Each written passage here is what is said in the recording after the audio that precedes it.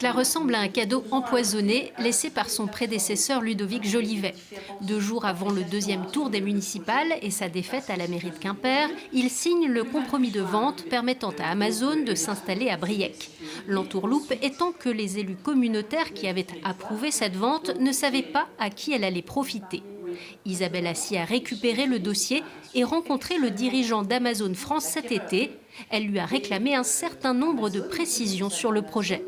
Amazon n'avait pas d'obligation de faire une étude d'impact parce que le bâtiment est de moins d'1 hectare. Donc il n'y avait pas d'obligation réglementaire. C'est nous qui avons pris cette démarche de l'initier.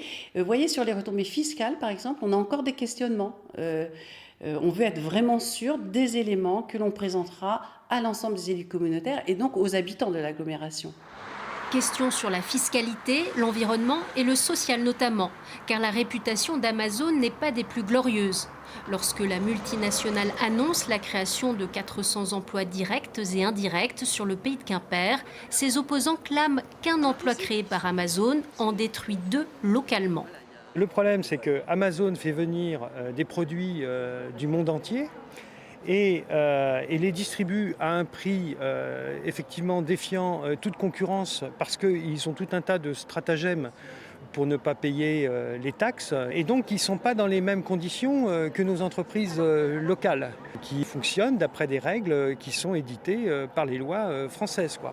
Quelles sont les clauses du compromis de vente des 6 hectares de terrain? C'est ce que les opposants au projet cherchent à savoir. Pour l'instant, nous n'avons pas ce compromis, mais nous allons bien évidemment le faire étudier et voir si nous pouvons faire annuler, tout simplement, parce que le souhait, c'est de faire annuler ce projet.